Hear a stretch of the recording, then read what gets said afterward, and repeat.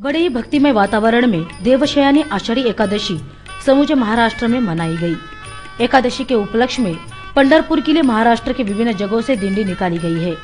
वहीं पनवेल में विद्यार्थियों को अपनी संस्कृति परंपरा की जानकारी देने के लिए स्कूलों द्वारा दिंडी निकाली जाती है।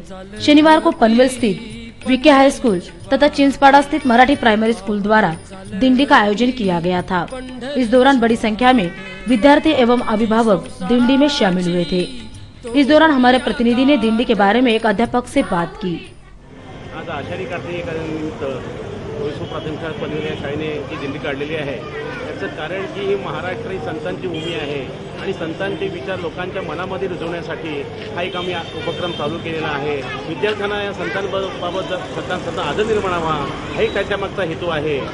अशा पद्धतीने आज आम्ही ही दिंडी काढलेली आहे। ही दिंडी जी आहे ती नगरपालिकेवरून परदेशीवाडा आणि अशा पद्धतीने लाईन आणि मधून परत शाळेच्या ठिकाणी येणार आहे।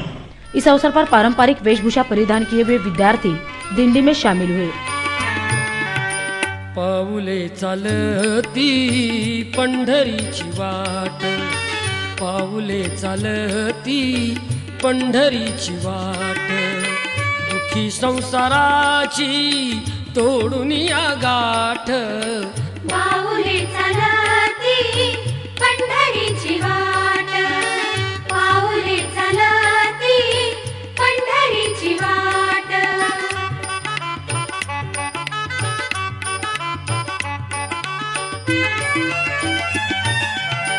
गांजुनी या भारी दुःख दारिद्र्याने,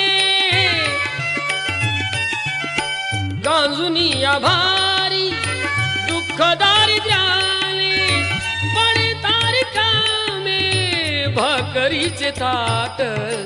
पाऊले चालती पंढरीची वाट, पाऊले चालती पंढरीची वाट, दुखी संसाराची तोडून या गाठ।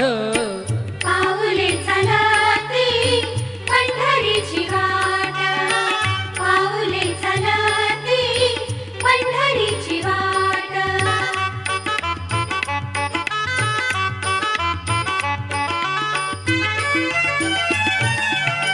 घेता प्रसाद श्री विठ्ठलाचा, घेता प्रसाद